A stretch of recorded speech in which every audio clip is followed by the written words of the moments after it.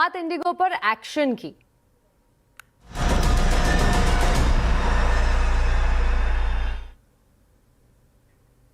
Indigo मामले में लगातार एक्शन जारी है। डीजीसीए ने आज 4 फ्लाइट ऑपरेशन इंस्पेक्टर को भी सस्पेंड कर दिया है। इनमें ऋषराज चैटर्जी, सीमा झमनानी, अनिल कुमार पोखरियाल और प्रियम कौशिक का नाम शामिल है। पूरी खबर के लिए चलते हैं रोहन सिंह के पास। रोहन, आज भी इंडिगो में एक्शन जारी है, क्या अपडेट है अब तक का? जी, आज 2 बड़े डेवलपमेंट्स हुए हैं इंडिगो मामले में। सबसे पहले तो डीजीसीए ने अपने 4 फ्लाइट ऑपरेशन इंस्पेक्टर्स को सेवा से हटा दिया। ये कॉन्ट्रैक्ट बेसिस पे थे और इनके ऊपर जिम्मेदारी थी इंडिगो का जो पूरा ऑपरेशंस है इसको ओवरसाइट करने की, और इनके ऊपर आरोप है कि इन्होंने गैर जिम्मेदाराना रवैया अपनाया और खासतौर पे कई सारी अनियमितताएं पाई गई, जिसके बाद इन्हें हटाया गया। वहीं दूसरी तरफ इंडिगो की तरफ से कहा गया है कि आज उन्होंने 2000 फ्लाइट्स जो है वो ऑपरेट की हैं और कैंसिलेशन नहीं के बराबर है।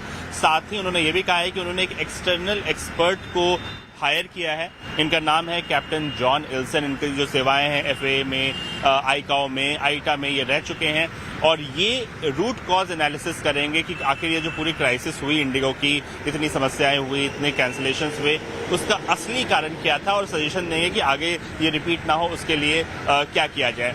वहीं एक और चीज हुई है आज जो इंडिगो के सीईओ हैं पीटर एल्बर्स, उन्हें आज समन किया गया है। उनसे पूरी जो है डिटेल्स मांगी गई है कैंसिलेशन से जुड़ी हुई, और आगे का रोड मैप भी मांगा गया है कि वो इस तरह की चीजें दोबारा ना हो तो उसके लिए वो क्या कर रहे हैं। तो उन्हें डीजीसीए की तरफ से, जो डीजीसीए का पैनल है, उन्होंने उन्हें ग्रिल किया, उन्हें काफी जो है जांच की और कई सारे सवाल उनसे पूछे गए हैं।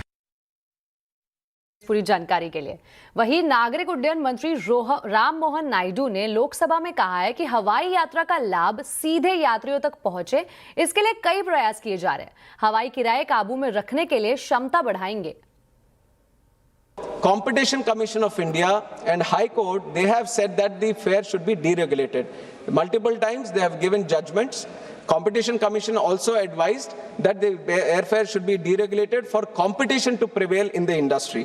And all this, our most important responsibility with civil aviation is safety and security. No matter how much this commercial angle, how much the pricing, everything comes, our first priority is to take the passenger from one place to another in a safe and secure way. So safety and security is the topmost priority. अब आपको बता दें, Indigo संकट के बाद हवाई किरायों में आग लग गई थी, लेकिन अब सरकार ने एयरफेयर पर कैप लगा दिया है। इसीलिए नए साल पर इस बार किराए बहुत ज्यादा नहीं बढ़ पाएंगे। सरकार ने क्या कैप लगाया है और इससे प्रमुख रूट के किराए किस रेंज में रहेंगे, बता रहे हैं संवाददाता रोहन सिंह।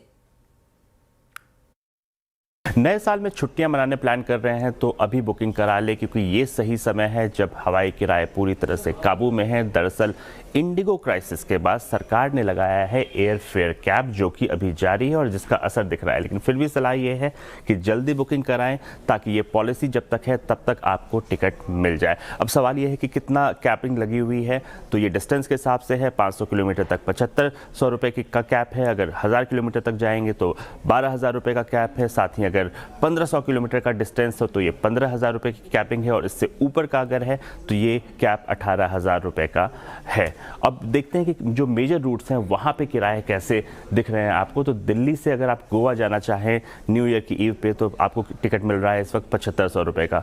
अगर श्रीनगर जाना चाहें तो 5000 रुपये का। अगर कोच्चि जाना चाहें तो 11000 रुपये का। और अगर वाराणसी में अगर आप रिलीजियस टूरिज्म करना चाहते हैं तो 4200 रुपये का जो टिकट है वो अभी अवेलेबल है न्यू ईयर ईव पर। साथ ही अगर मुंबई से अगर देखें तो कितना टिकट है, तो मुंबई से अगर आप दिल्ली आना चाहते हैं 5500 रुपये का। अगर आप कोच्चि जाना चाहते हैं तो 7100 रुपये का।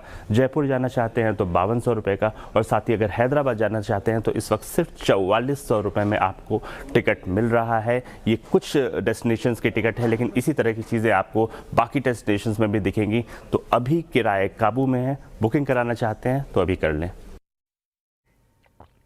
बढ़ते हैं अगली